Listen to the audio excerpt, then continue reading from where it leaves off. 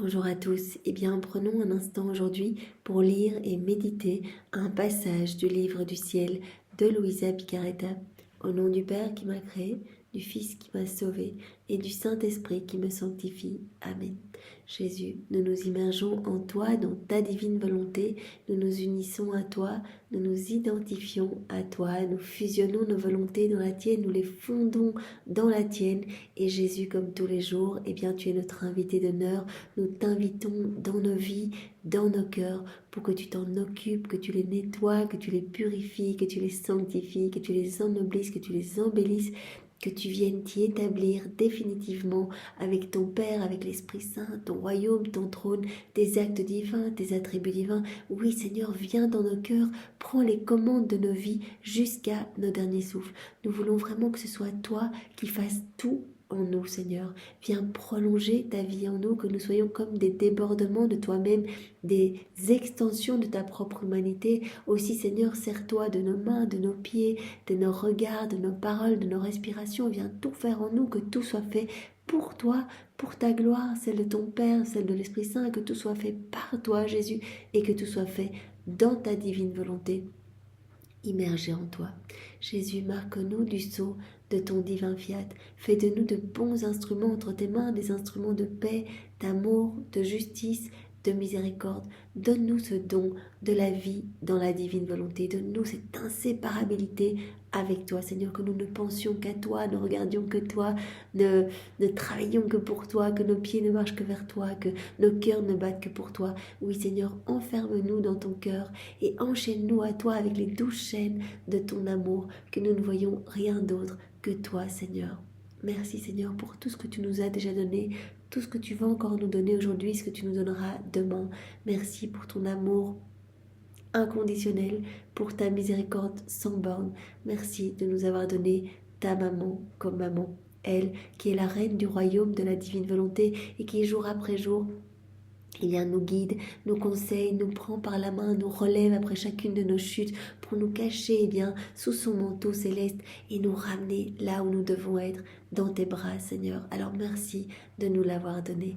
Et nous profitons de cet instant pour vous recouvrir l'un l'autre de votre amour respectif, de vos bénédictions, de vos caresses, de ces mots tendres que vous aviez l'habitude de vous dire. Nous voulons également vous recouvrir l'un l'autre de l'amour du Père, de l'amour de l'Esprit Saint, de l'amour trinitaire, de tout l'amour, Jésus, tous ces actes d'amour que tu as placés dans l'œuvre de la création, ceux que tu as placés dans l'œuvre de la rédemption et ceux que tu as placés dans l'œuvre de la sanctification. Nous voulons également vous recouvrir de tous les actes d'amour, de tous les hommes, de tous les saints, de toutes les générations, de tous les temps. Voilà, nous reprenons ces actes d'amour du premier qui a été jusqu'au dernier qui sera et nous les replongeons dans ta divine volonté pour les sanctifier et ne vous offrir que du parfait. Et nous voulons vous recouvrir de cet amour continuellement à chaque battement de notre cœur jusqu'à notre dernier souffle, à chacun de nos battements de cils, à chacun de nos mouvements externes et internes. Oui, nous voulons vraiment vous glorifier et vous aimer au nom de tous ceux qui ne vous aiment pas, tous ceux qui ne vous reconnaissent pas, tous ceux qui blasphèment, qui font des actes sacrilèges. Nous entendons tout réparer et compenser pour ces vides de tendresse, ces vides d'affection, pour ces cœurs qui se ferment. Jésus, maintenant, je te demande de préparer chacun de nos cœurs, de nous disposer pour accueillir cette nouvelle vérité que tu vas nous donner, que nous ne passions pas à côté de ce trésor, puisque chaque vérité est une vie divine que tu sors de toi, un vrai trésor qui nous façonne, qui nous transforme, qui vient vraiment embaumer notre âme et qui nous pousse à cette mise en pratique d'appeler dans toutes nos actions pour que nos actes ne soient plus humains mais deviennent divins et éternels et que nos actes glorifient parfaitement, Seigneur, alors que nous ne passions pas à côté, que nous n'écoutions pas de manière distraite. Mais Seigneur, donne-nous ta sagesse à toi, donne-nous ta compréhension, donne-nous ton cœur. Vraiment, nous prenons tout ce qu'il y a dans ton cœur et nous le plaçons dans notre cœur à nous. Nous te demandons de nous entourer de ta lumière pour que nos vies puissent vraiment se façonner, que nous puissions grandir à ta ressemblance, Seigneur. Merci Jésus. Je te demande maintenant de parler à travers ma bouche. Envoie sur chacun de nous ton Esprit Saint, que ce moment fait en union avec toi puisse avoir des retombées comme une rosée bienfaisante dans tous les cœurs. Viens, Esprit Saint, viens, par la puissante intercession du cœur immaculé de Marie, ton épouse bien-aimée. viens, Esprit Saint, viens, par la puissante intercession du cœur immaculé de Marie, ton épouse bien-aimée. Viens, Esprit Saint, viens, par la puissante intercession du cœur immaculé de Marie, ton épouse bien-aimée. Alors le passage que nous allons méditer est celui du 30 novembre 1929. Nous sommes dans le volume 27 et c'est notre sœur Louisa qui parle. Je commençais à ma façon habituelle ma ronde dans la divine volonté, et voulant réordonner en Dieu toutes les intelligences créées, du premier au dernier homme qui viendra sur terre, je disais, je place mon je t'aime sur chaque pensée de la créature, afin qu'en chaque pensée, je puisse demander le règne du divin fiat sur chaque intelligence. Donc Louisa, elle est tout en train de faire sa ronde, que ce soit des rondes dans l'œuvre de la création, où elle place ses petits je t'aime, je t'adore, je te loue, je te bénis, je te rends gloire sur chaque élément créé. Elle vient également, placer sur chaque intelligence des hommes, ce qu'elle fait ici, ces petits je t'aime pour Dieu, pour que vraiment toutes les humanités soient tournées vers leur Créateur et aiment, louent, bénissent. Et vraiment, elle demande sur chaque intelligence créée, que vienne s'établir le royaume de la divine volonté. Mais en pensant cela, je me disais, comment puis-je arriver à orner chaque pensée de la créature de mon je t'aime? Et mon doux Jésus se manifestant en moi me dit. Donc vraiment, c'est intéressant parce que Louisa, elle le sait très bien. Jésus lui a déjà dit tellement de fois, voilà, dans la divine volonté, tu es propriétaire de tout, tu peux aller partout, tu peux aller vraiment placer dans les cœurs exactement ce que tu veux, mon pardon, ma paix, ma patience, tu peux aller mettre une semence de ma divine volonté dans tous les cœurs, tu peux aller placer tes je t'aime pour moi sur chaque intelligence, etc. Tu es propriétaire de tout en fait, tu as accès à tout, tu peux tout faire dans la divine volonté. Et Louisa se pose encore une fois cette question. Je pense que Jésus suscite en Louisa ce questionnement pour nous répondre à nous si nous avions encore des doutes sur la portée de ces rondes que l'on fait en union avec Jésus dans la divine volonté. Ma fille, avec ma volonté, tu peux faire et atteindre n'importe quoi. Tu peux faire et atteindre n'importe quoi. Il y a tout dans cette mer de lumière. On s'y plonge et on peut faire tout ce qu'on veut. On est propriétaire de tout. On peut atteindre toutes les créatures. On peut aller rechercher tous les éléments de la création, les prendre avec nous, nous placer devant le trône de l'Éternel, prêter notre voix aux éléments créés pour louer, bénir, adorer, etc. Avec ma volonté, tu peux faire et atteindre n'importe quoi. Tu dois savoir qu'avant le péché, dans chaque regard, pensée, pas, parole et battement de cœur, l'homme donnait son acte à Dieu. Et Dieu donnait son acte continu à l'homme. Adam, avant de quitter la divine volonté, il était dans cette pleine harmonie avec le ciel, dans cette pleine réciprocité d'amour. Donc, il recevait à profusion des grâces, des cadeaux, etc. Il était rempli de divin. Et tout ce que son âme ne pouvait enclore, son âme étant limitée, et tous ces cadeaux provenant d'une source illimitée, tout débordait, tout repartait en action de louange, de bénédiction et d'amour pour son Créateur. Tous les petits mouvements d'Adam, ses petits regards, ses paroles, tout glorifiait son Créateur. Tout était porteur de lumière. Sa condition à l'homme était ainsi de toujours donner à son Créateur et de toujours recevoir de lui. Tout ce que faisait Adam, c'était de l'amour pour Dieu. Il y avait entre le Créateur et la créature une harmonie telle que des deux côtés, on ne pouvait être sans donner et sans recevoir. Donc Adam recevait continuellement parce que Dieu ne peut pas se laisser vaincre en amour. Donc Dieu était touché de voir ce retour d'amour et donc redoublait encore de cadeaux. Et Adam débordait de tous ces cadeaux en action de louange, de bénédiction, etc. Donc c'était absolument magnifique. Des deux côtés, on ne pouvait être sans donner et sans recevoir, ne serait-ce qu'une pensée, un regard. Donc tout ce qu'Adam faisait, glorifiait parfaitement Dieu. Il voyait l'amour de Dieu partout, il s'en réjouissait et il y répondait continuellement. Vraiment, il voyait en chaque élément créé, il remerciait, il louait à chaque instant. Par conséquent, chaque pensée de l'homme cherchait Dieu, et Dieu accourait pour remplir sa pensée de grâce et de sainteté, de lumière et de vie, de divine volonté. Donc voilà, petit à petit, cette vie divine grandissait en Adam, à chacun des pas qu'il faisait, à chacune des actions qu'il faisait, à chacune des paroles qu'il prononçait. Il était continuellement, le regard tourné vers Dieu, les mains levées pour louer, adorer, les pas ne marchant que vers son Créateur, etc. On peut dire que le plus petit acte de l'homme aimait et reconnaissait celui qui lui avait donné la vie. Et Dieu l'aimait en retour, en lui donnant son amour et en faisant grandir sa divine volonté en chaque acte de l'homme, petit ou grand. Donc tout ce qu'il faisait alimentait cette vie divine. Il était de plus en plus rempli de cette lumière divine.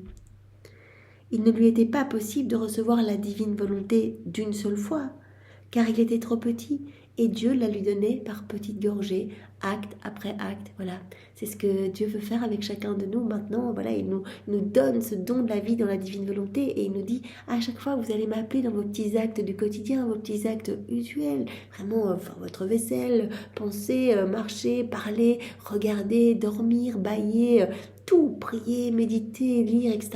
Eh bien, peu importe la grandeur de l'acte, à chaque fois que vous allez vous unir à moi, eh bien, je dilaterai votre cœur, je dilaterai vraiment la capacité de votre âme d'accueillir plus.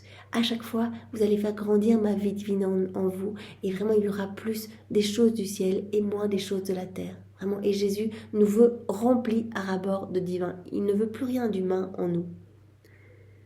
Voilà, donc l'homme était trop petit, Dieu lui la lui donnait, donc cette divine volonté, gorgée par gorgée, petite gorgée par petite gorgée, dans chaque acte qu'il accomplissait pour l'amour de lui, ayant ses délices à lui donner toujours, afin de former en l'homme sa divine volonté. Chaque acte d'Adam, chaque regard, chaque pas, chaque parole, eh bien, alimentait cette vie divine en lui.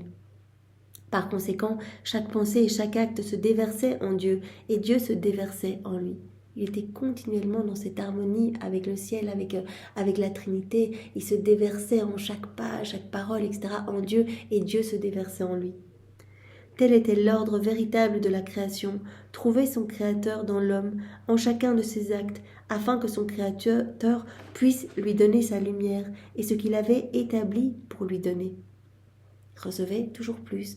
Voilà, il faisait un petit acte en union avec Dieu, il louait, il bénissait par chacun de ses mouvements, et Dieu redoublait encore de grâce, de cadeaux, et alimentait cette vie divine en lui, qui grandissait de plus en plus. Notre divine volonté, présente en nous et en lui, se faisait porteuse du tout, et formant en l'homme le plein jour, elle mettait en commun les biens des deux. Donc voilà, Adam était propriétaire de tout, tout était mis en commun. C'est ce que Jésus nous propose aujourd'hui, c'est de reprendre cette place qu'avait Adam dans son état d'innocence. Il veut tout nous donner. Il nous dit voilà, plongez-vous dans ma divine volonté et vous êtes propriétaire de tout. Vous pouvez tout prendre, vous pouvez vous servir dans l'œuvre de la création, de la rédemption, de la sanctification. Vous pouvez aller placer ce que vous voulez dans les cœurs des personnes autour de vous, etc. Donc tout vous appartient. Mes œuvres divines, mes attributs divins, mes qualités divines, puisque je viens m'établir dans votre cœur, je viens avec mon Père, avec l'Esprit Saint, et donc votre personnalité va petit à petit changer. Vous allez devenir de plus en plus comme moi, puisque à chaque fois je retire des choses de votre personnalité, des choses du monde qui gangrènent votre âme, je retire à chaque fois ces choses pour mettre plus de moi. Et c'est ma divine volonté qui se déploie à chaque fois un peu plus dans votre âme. J'élargis les frontières du royaume de ma divine volonté dans votre âme. Donc c'est normal qu'on grandisse dans cette ressemblance avec Jésus, au point tel que, un jour peut-être, nous atteindrons ce 4e niveau de vie dans la divine volonté. On sera totalement amour, totalement rempli divin, comme d'autres Jésus sur la terre. Combien était heureuse la condition de l'homme lorsque la divine volonté régnait en lui. On peut dire qu'il grandissait sur nos genoux paternels, attaché à notre sein, d'où il tirait croissance et formation. Donc vraiment, cela me fait penser, ce passage, où Jésus disait à Louisa, reste sur mes genoux et je vais continuellement t'alimenter avec mon souffle divin, avec mon haleine divine. Voilà, quand on est sur les genoux de Jésus, dans sa divine volonté, dans ses bras, en fait, on est unis à Jésus, identifié à Jésus, notre volonté est vraiment totalement fusionnée dans la sienne. On est alimenté. Vraiment, on est rempli de cette lumière divine. Il ne peut rien nous arriver. On est totalement en sécurité. Ce que Jésus disait à Léandre, mais ne cherche pas ta sécurité dans le monde. Reste uni à moi et tu seras vraiment dans cette plénitude de joie, de bonheur, de sainteté, parce que je veux tout te donner. Et donc les démons n'ont pas accès à ton âme. En fait, tant que tu es dans mes bras, rien ne pourra te faire chuter. Quand tu quittes ma divine volonté, eh bien sûr, les démons vont se déchaîner sur toi parce qu'ils ont horreur de la divine volonté, parce qu'ils se voient, en fait, ils voient se recréer dans ton âme ce que eux ont perdu, en fait, ce paradis, toutes ces merveilles, ces nouvelles créations à chaque acte que l'on fait en union avec Jésus. Donc vraiment, restons dans les bras de Jésus et laissons-nous, eh bien, comme Adam dans son état d'innocence, laissons-nous alimenter par ce souffle divin. Donc l'homme, dans son état d'innocence, grandissait sur nos genoux paternels, attaché à notre sein. On peut vraiment s'imaginer comme des petits nouveau-nés attachés, alimentés vraiment par ce sein divin. D'où l'homme tirait croissance et formation, grandissait vraiment en beauté, en sainteté, etc. C'est pourquoi je veux que dans mon divin vouloir, chaque pensée de la créature ait ton « je t'aime » pour amener l'ordre entre la créature et le Créateur, et son Créateur. Donc voilà, Jésus dit, je veux que tu répares en fait. Les pensées ne sont plus du tout connectées à Dieu. L'homme vit dans sa volonté propre, c'est le chaos total depuis la chute d'Adam. Eh bien, l'homme fait n'importe quoi, il ne voit plus l'amour de Dieu nulle part, il n'y répond plus. Adam, quittant la divine volonté, a comme obstrué tous les canaux de communication avec Dieu. Et donc l'homme se retrouve vraiment, passe de cette place d'enfant de lumière, d'enfant de Dieu magnifique, à cette place eh bien d'esclave, esclave de ses mauvaises passions, à quatre pattes, en train de grappiller, de mendier pour une petite grâce. Donc Jésus dit à Louisa, je veux tes réparations, je veux que tu places eh bien, tes je t'aime unis aux miens, parce que dans la divine volonté, quand on dit je t'aime, ce ne sont pas nos je t'aime, mais ce sont les je t'aime même de Dieu, les je t'aime sublimes qui traversent partout, toutes les générations, qui remplissent eh bien, toute la création partout sur la terre et dans le ciel. Et donc je veux tes je t'aime sur chacune des intelligences créées. Tu peux le faire en te plongeant dans la divine volonté. Eh bien, viens placer tes je t'aime dans tous les cœurs, sur chacune des intelligences et reconnecte à moi eh bien, toutes ces intelligences. On peut le faire en unissant, par exemple, nos pensées à celles de Jésus. Directement, on reprend à travers nos pensées celles de tous les hommes, on les greffe aux pensées de Jésus pour lui offrir de la réparation pour toutes les pensées déconnectées de Dieu, toutes les pensées bien déconnectées de la divine volonté. On peut offrir à Jésus eh bien, tout ce qu'il a souffert en réparation eh bien, de toutes ces pensées mauvaises, et on peut lui donner toute la gloire, l'amour, l'honneur qu'il aurait dû recevoir des hommes si tous les hommes eh bien, étaient restés dans la divine volonté, et si l'homme n'avait pas connu le péché, si l'homme était resté uni à Dieu et vraiment n'avait pas chuté. Je veux que dans mon divin vouloir, chaque pensée de la créature ait ton je t'aime pour ramener l'ordre, cet ordre entre le ciel et la terre, entre le Créateur et la créature. En fait, tu dois savoir qu'en péchant, l'homme n'a pas seulement rejeté notre fiat, mais il a brisé l'amour entre celui qu'il avait tant aimé et s'est placé à distance de son Créateur. Voilà, il a tout cassé en fait. Adam, en quittant la divine volonté, il a brisé cet amour. En fait, il a lui-même rompu les liens de communication et comme bouché eh bien, ces canaux d'amour, ces canaux de communication. Donc il a comme barricadé son âme et donc Dieu ne pouvait même plus déverser son amour. Les cœurs étaient trop fermés, froids, l'homme se détournait de Dieu et Dieu ne peut rien faire sans notre oui. Il s'est placé à distance de son Créateur, et un amour distant ne peut pas former la vie, parce que l'amour vrai ressent le besoin d'être nourri par l'amour du bien-aimé, et de rester si près qu'il soit impossible d'en être séparé. Donc il n'y a que sur les genoux de Jésus, de notre Créateur, eh bien que nous allons pouvoir grandir dans cette ressemblance, que cette vie divine, la vie de la divine volonté va pouvoir être alimentée. Si on se tient à distance, comme Adam lorsqu'il a quitté la divine volonté, eh bien c'est impossible, cette vie ne pourra pas croître en nous. Ainsi la vie de l'amour créée par nous en créant l'homme est restée sans nourriture, sans ce souffle divin qui l'alimentait, et presque mourant, plus encore puisque les actes accomplis sans notre divine volonté étaient autant de nuits qu'il formait dans son âme. Si l'homme pensait, c'est une nuit qu'il formait. Tout ce que l'homme a fait dans sa volonté propre, eh bien, il a ajouté de la noirceur dans son âme en fait. Il a ajouté de la noirceur et donc la divine volonté étant dans son âme, puisque la divine volonté donne vie à tout, la divine volonté est en chacun de nous, mais il a étouffé la divine volonté sous des décombres de noirceur et de ténèbres. Et la divine volonté a été rendue comme esclave eh bien de la volonté humaine. S'il pensait, l'homme formait une nuit. S'il regardait, il parlait, etc., tout n'était que ténèbres qui formaient une nuit profonde. Sans mon fiat, il ne peut ni avoir jour ni soleil. Il ne peut y avoir ni jour ni soleil. tout au plus une très petite flamme qui peut à peine guider ses pas. Sans la divine volonté, à l'œuvre, souveraine, opérante et agissante, eh bien, voilà, Jésus dit, il n'y a pas tous ces soleils qui sont formés, puisque vraiment l'âme agit seule, il ne pourrait y avoir tout au plus qu'une petite flamme, qui peut à peine guider ses pas, sans une grande portée. Donc vous voyez un peu la différence quand on agit en union avec Jésus. Chaque acte devient un soleil irradiant, étincelant, un soleil avec une portée universelle dont les rayons vont toucher tous les cœurs, etc. Sublime, des âmes qui sont touchées, qui sont sanctifiées, qui sont rafraîchies, qui reviennent à Jésus, etc. Pour chaque acte que l'on fait en union avec Jésus, mais pas des grands actes. Je prends ce crayon, Seigneur, dans ta divine volonté, c'est toi qui le prends en moi avec l'intention, je le fais avec l'intention de te glorifier, et c'est parti, des milliers d'âmes sont sauvées. Donc ce n'est pas une toute petite lumière, mais vraiment un soleil magnifique et irradiant. Oh, si les hommes savaient ce que signifie vivre sans ma divine volonté, même s'ils n'étaient pas mauvais et faisaient quelque bien, la volonté humaine est toujours une nuit pour l'âme qui l'oppresse, la remplit d'amertume et lui fait sentir le poids de la vie. Par conséquent, sois attentive et ne laisse rien échapper qui n'entre pas dans mon divin fiat. Sois attentive. Jésus le demande tout le temps à Louisa les derniers jours et il lui a vraiment dit, ne t'arrête pas, ne commence pas à te préoccuper de petites choses inutiles, reste le regard fixé sur moi. À chaque fois que tu t'arrêtes, eh bien, tu perds des vies divines puisque chaque acte fait en union avec moi est une vie divine. Tu perds eh bien, cette occasion de faire grandir, d'alimenter encore la vie de la divine volonté en toi.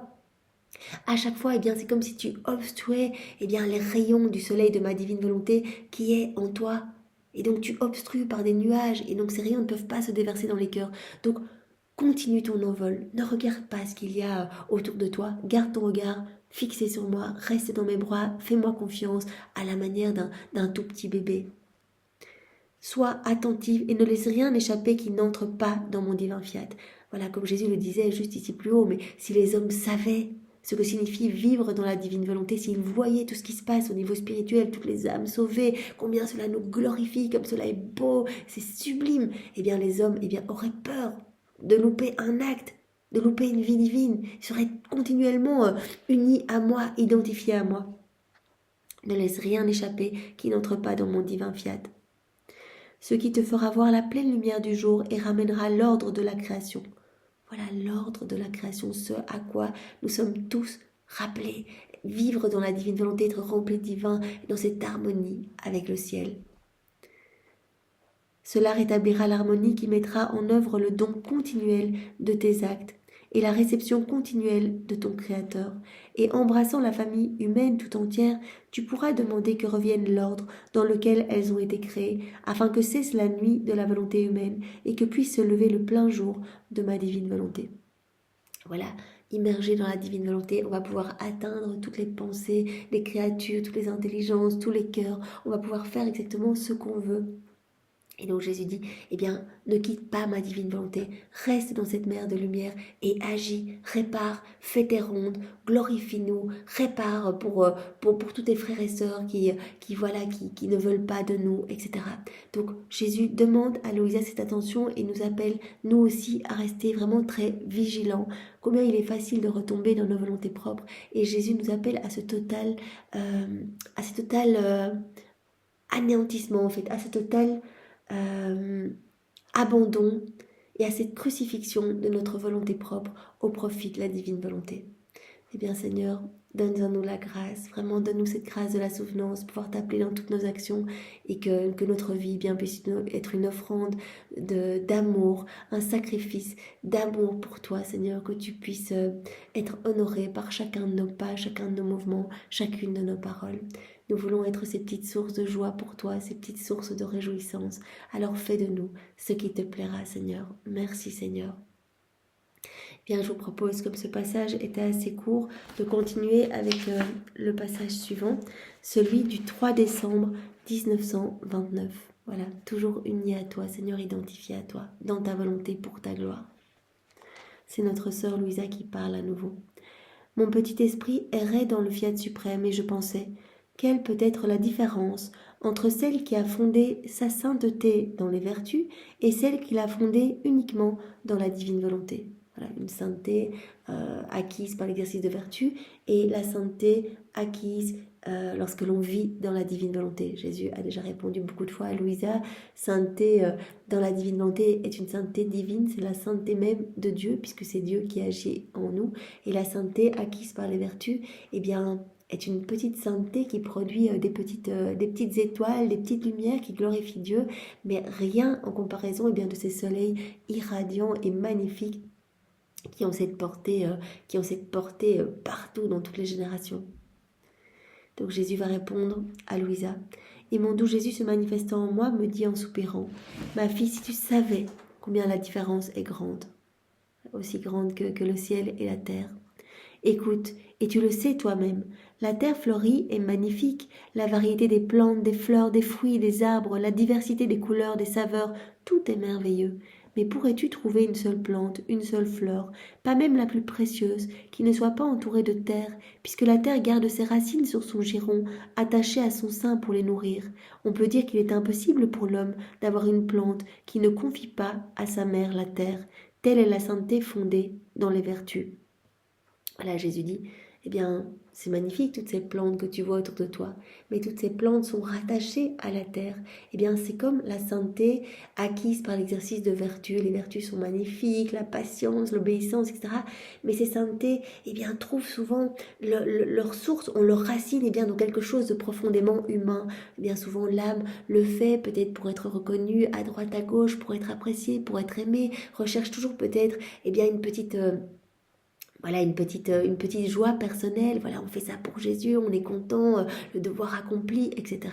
Donc il y a vraiment toujours cette terre humaine qui se raccroche en fait à toutes ces belles plantes. Jésus fait la comparaison de toutes ces belles plantes avec la sainteté des vertus. Telle est la sainteté fondée dans les vertus.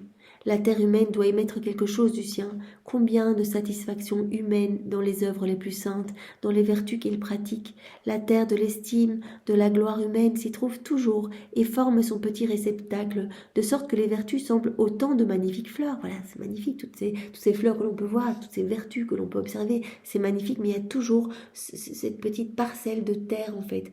La plante a ses racines dans cette terre.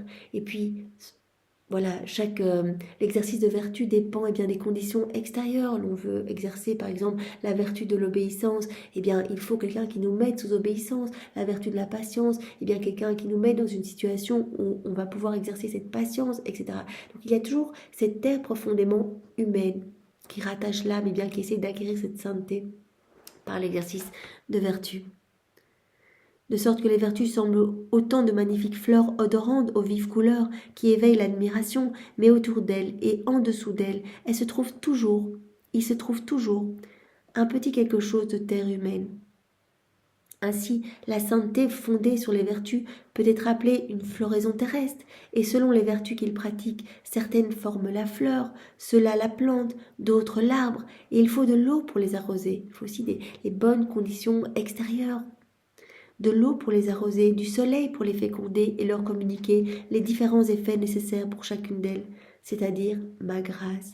Sans cela, elles risqueraient de mourir dès leur naissance, avoir les circonstances adéquates pour l'exercice de ces vertus. Donc il y a vraiment, dans la sainteté acquise par l'exercice des vertus, il y a toujours quelque chose de profondément humain. Par contre, la sainteté fondée sur ma divine volonté est un soleil. Voilà. L'âme qui vit dans la divine volonté s'élève. Le Seigneur lui donne la grâce du détachement, du dépouillement des choses du monde. Il opère vraiment ce travail de purification dans l'âme, et l'âme s'élève, il va se greffer dans le soleil de la divine volonté et devient comme un autre soleil. En se greffant dans ce soleil, elle va laisser les rayons de ce soleil divin se déployer, sortir de sa propre humanité, et tous ces rayons divins de ce soleil divin, vont aller toucher tous les cœurs en passant par l'humanité de cette personne. Donc à travers ses regards, ses paroles, ses mouvements, des milliers d'âmes vont à chaque fois être touchées, sanctifiées, purifiées, etc. Donc il y a une grande différence entre une plante terrestre, sainteté acquise par l'exercice de pratique, de vertu, etc.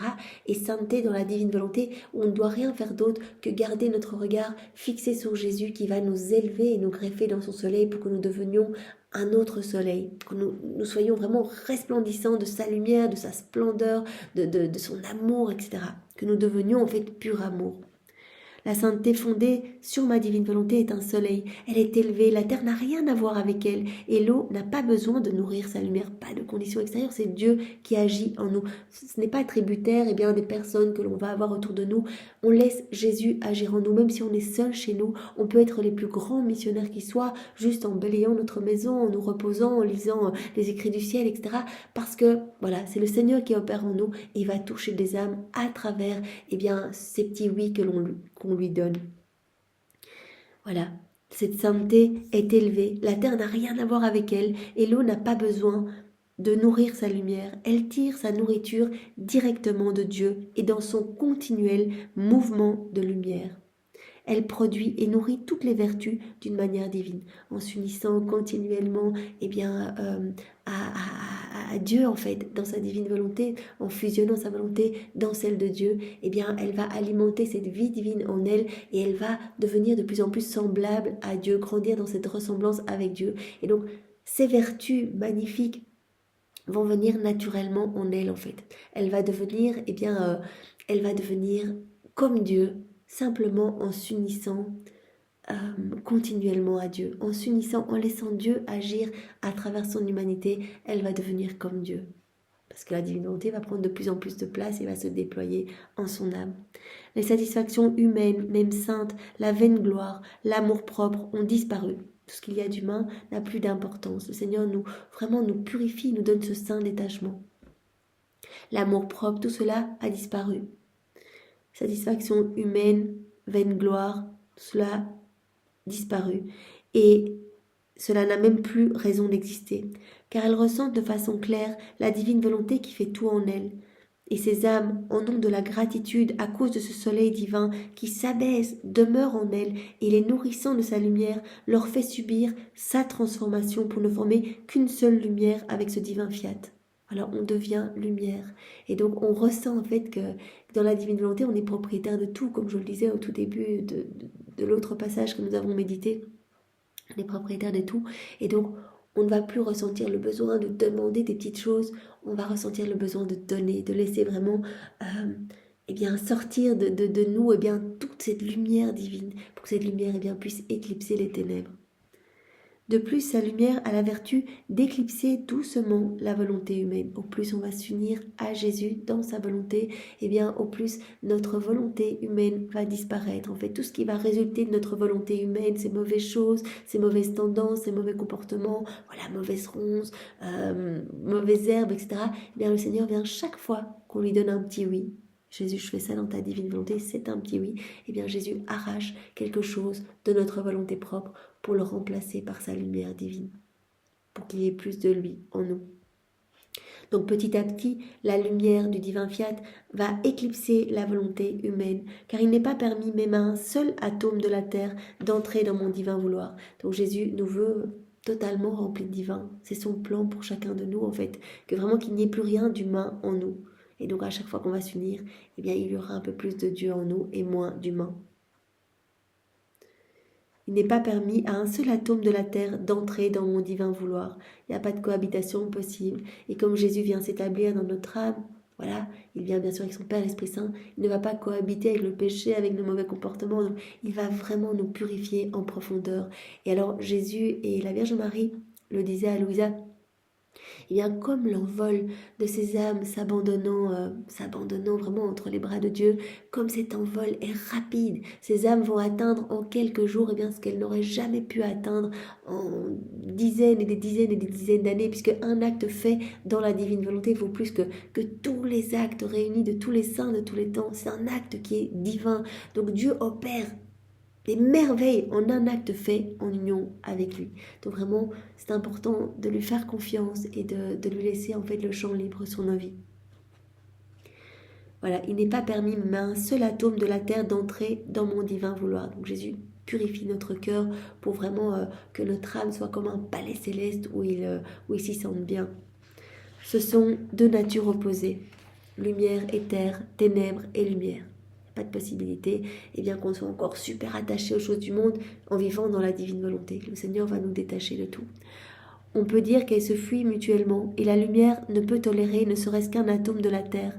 Par conséquent, elle éclipse la Terre et se place en sentinelle pour en défendre l'entrée, afin que tout dans la créature puisse devenir divine volonté, le plan de Dieu, que tout en nous puisse être divine volonté. Et comme le soleil donne toute chose à la Terre, mais sans rien recevoir, et qu'il est la cause première de ces magnifiques floraisons, de la même manière, celles qui trouvent leur vie et leur sainteté dans ma volonté sont avec elle les nourricières de la sainteté fondée dans les vertus. C'est tellement beau, donc on est greffé dans le soleil de la divine volonté, et en fait, les rayons de Dieu, de ce soleil divin, vont se déployer à partir de notre personne, de nos regards, de nos mouvements, etc. Ils vont aller toucher toutes les âmes qui vont pouvoir acquérir des charismes, qui vont pouvoir grandir peut-être dans cette sainteté, la sainteté des vertus. Donc on devient comme nourriciers, comme des âmes nourricières de la sainteté fondée dans les vertus. Voilà, en fait, tous ces rayons qui viennent transformer les cœurs, les purifier, les sanctifier, etc., en fait, sortent également de notre humanité. On se greffe dans ce soleil et ces rayons sortent aussi de notre humanité. Après quoi, je faisais ma ronde dans le divin fiat pour trouver tous les actes des créatures passés, présents et futurs, pour demander au nom de toutes le règne de la divine volonté. Je faisais cela lorsque mon doux Jésus ajouta. Donc voilà, elle est à nouveau en train de faire cette ronde et maintenant elle vient placer, donc comme elle l'avait fait dans le passage précédent, placer sur toutes les pensées, des je t'aime pour Dieu et demander que vienne s'établir le royaume du divin fiat. Ici, elle fait de même, mais sur chaque acte de chaque créature. Ma fille, tout le bien qui a été fait depuis le commencement du monde, en dehors de ma divine volonté, ne représente que de petites lumières, effets de mon divin fiat. Voilà, tout ce qui a été fait avant Louisa, même tous les actes faits par tous les saints que nous aimons, nos saints patrons, etc. Tout le bien qui a été fait dans une volonté humaine, cela ne représente qu'une petite lumière, comme une petite flamme. Des effets de la divine volonté. En fait, bien que les créatures n'aient pas agi dans mon divin fiat, parce qu'ils ne connaissaient pas la divine volonté, ils n'avaient pas cette chance de connaître la divine volonté, donc ils ont fait la volonté de Dieu, mais ils n'ont pas agi, immergé dans la divine volonté. Et donc cela a produit comme des petites flammes de lumière, des petites étoiles, des effets de la divine volonté. Même s'ils n'ont pas agi dans la divine volonté, Jésus dit, lorsque ces âmes se disposaient à faire le bien, il fixait sur elles ses rayons. Donc le divin fiat, ce soleil irradiant, fixait sur ces âmes ses rayons, et à ces réflexions de petites flammes se formaient dans leurs âmes. Dès qu'une âme se disposait à faire le bien, ou se dispose à faire le bien dans sa volonté propre, directement, c'est comme si des rayons de lumière venaient sur cette âme, et cela crée comme des petites étincelles de lumière dans cette âme. Voilà, la divine volonté, ce soleil divin, fixe sur toutes les âmes qui veulent faire le bien dans leur volonté propre, par exemple, qui ne connaissent pas la divine volonté, ou les âmes du passé, et cela forme ces petites lumières. Parce que ma volonté étant une éternelle et immense lumière, elle ne peut produire que lumière. Ces petites flammes, effets de mon fiat, demeurent autour du soleil de ma divine volonté, en honneur et à la gloire de ses effets, et comme fruit de la bonne action des créatures. Voilà, toutes ces bonnes actions effectuées dans une volonté humaine forment ces petites lumières, ces petites flammes qui honorent la divine volonté. En fait, lorsque les créatures veulent faire le bien, les rayons de mon fiat se fixent sur elles et leur donnent les effets du bien qu'elles veulent faire. C'est très beau ça.